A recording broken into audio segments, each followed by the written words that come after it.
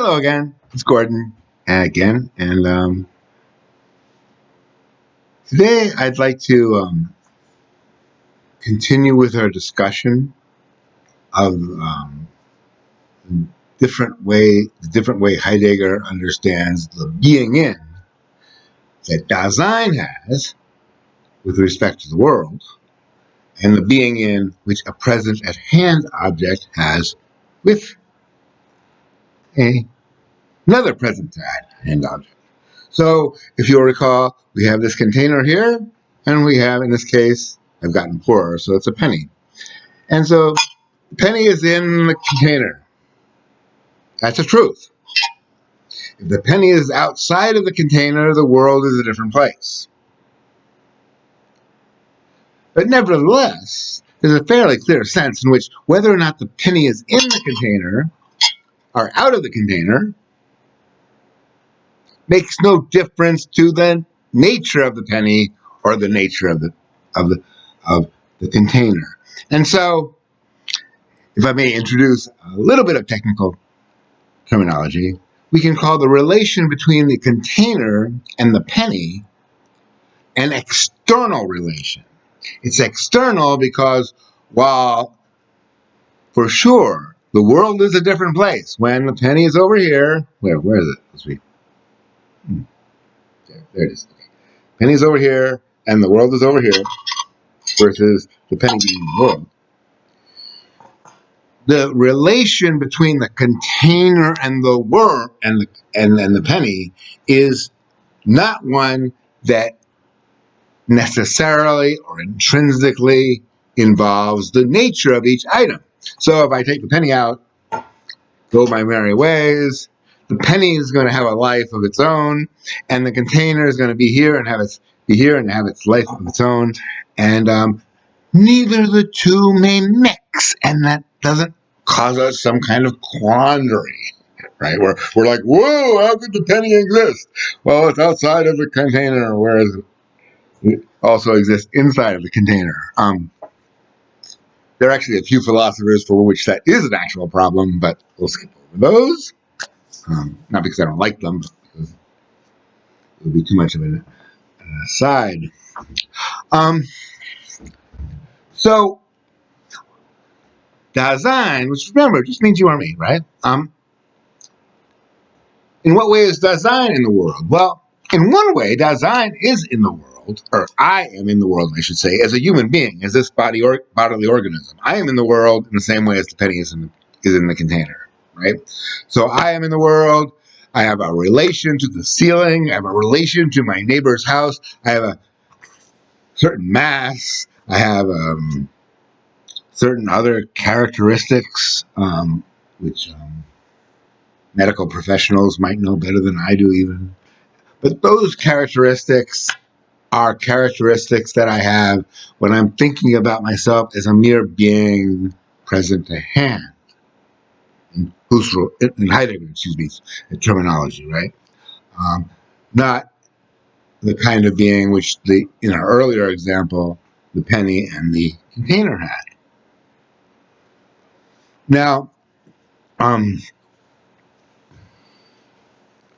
Dasein is being in the world.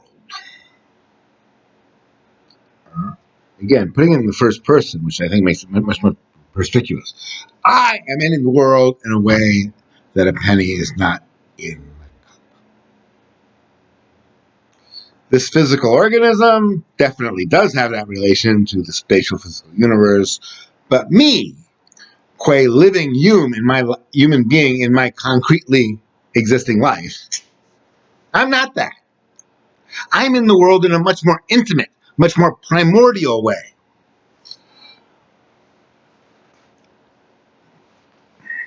And at this point, there's a howler in the translation that I'm using, in which the German word "day" is translated as being alongside. And that's just wrong. I mean, I'm no German scholar, but that is just wrong as an interpretation of Heidegger's concept of Dasein's being in the world. Dasein, if you think of Dasein being in the world as just being along the side of the world, right? That makes that conjures up, for me at least, and I think for other people, a concept of Dasein as a being that is along the side, externally related to the sign. Again, shoot. Oh, I got a dime now, I'm not sure. So here, in the same way as the dime is in the cup, right? The dime is along the cup. But the dime can run along the cup for a million years, and it's not going to be the case that the nature of the cup and the nature of the dime are going to change, and you throw the dime over there, throw the cup, I won't throw it, over there, and the cup and the nature retain their nature. There's no necessity between, or when we consider the relation between the cup and the penny in that case. And that generally applies to relations that we call external relations, right? Here are some examples that are quite unrelated to Dasein. Well, not totally unrelated. Nothing is totally unrelated to Dasein. But think of chess or any other game that you might happen to like. Think about how when you're playing the game of chess, you may attend to your rook or your opponent's queen or a knight or a pawn. And in the mode of playing chess, you think of these as independently existing chess pieces. Of course, I don't mean the physical piece that you use. It could be a piece of paper or anything, right? It doesn't have to be glass, it doesn't have to be wood. And many people play chess in their heads, in their minds, without having any kind of physical manifestation for the pieces. So the piece of chess of peace can be thought of, and you kind of need to, I think, if you're playing chess, to sometimes think of those pieces as if they had some kind of independent character. So I'm wondering whether or not I should move the knight here, or the rook here, or the queen here, or whatever. And I'm thinking about these objects as if they had some kind of independent character. But then you think for about 20 seconds, and you realize that, of course, they don't have that kind of independent character. That the rook doesn't exist independent of the game of chess. The queen does not exist independent of the game of chess.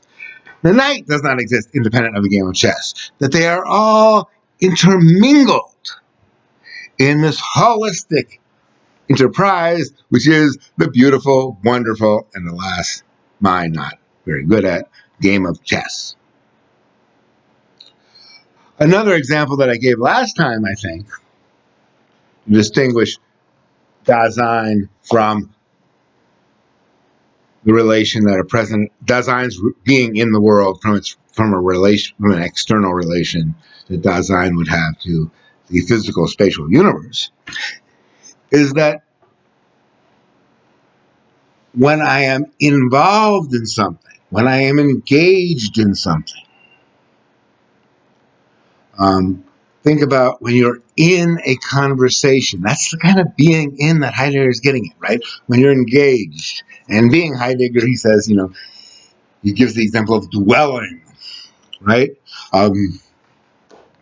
You see how that also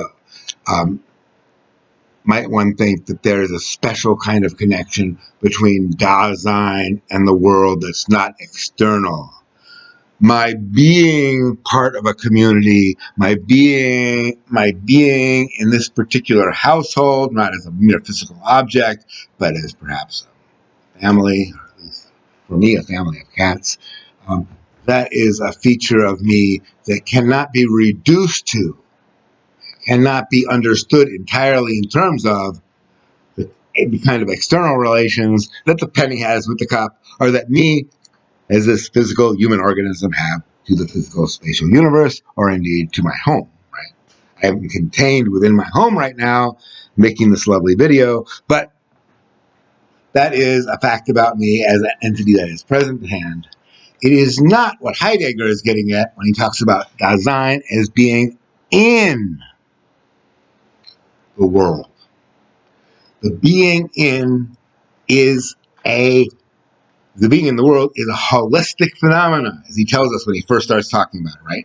We're going to pretend, as we talk about what Dasein is as being, and what being in is, and what the world is, we'll talk about them as if they were separate. You kind of have to, in some ways. But in truth, the only way you can understand Dasein is understanding the way the world is, understanding the world, I should say. And the only way of understanding the world is understanding Dasein. They are equiprimordial. They do not have independent existence the way the penny and the container have. So, again, the first half of being in time really involves an elaboration of this distinction between the kind of being Dasein has, being in the world, and the kind of being a present to hand object has, like this particular container being in my home, or this physical object, my human organism, being in my house. And so we'll go on and discuss first what he calls the worldliness of the world, which is how the character of the world, again, by world, we don't mean an objective physically existing thing in itself, or something that is the result of whatever science finally tells us about the beings that are present at hand. The world we're talking about is the world that we live in our concrete everyday lives, right? So, for example, when you're talking to somebody, occasionally you might say something like, how's life going? Well, what do you mean that? You don't mean, how are your blood corpuscles going, typically, or your heart, or your kidney, right? You don't mean anything about the person's physical position in space, typically. But nevertheless, it's naturally and very easily comprehensible, right? Because there is this sense of life, which involves how we concretely live and find ourselves engaged in life, rather than the mere biological category, or some kind of specific cultural or historical category. Okay, that's 13 minutes. I'm stopping now.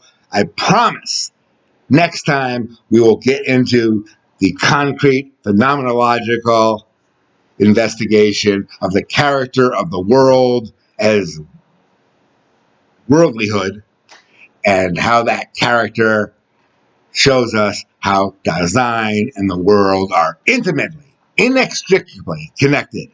Thank you so much. Bye.